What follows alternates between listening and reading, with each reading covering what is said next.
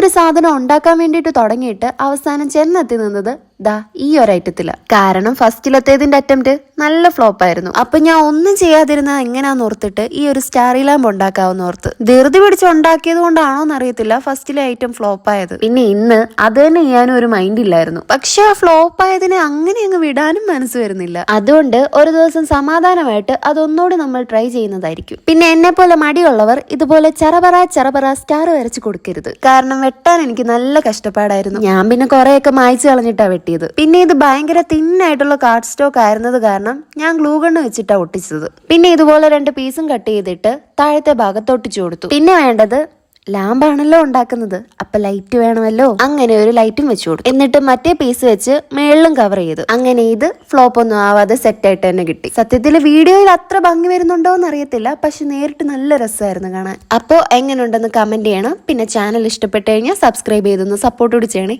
Okay bye, പോയിട്ട് വരെ.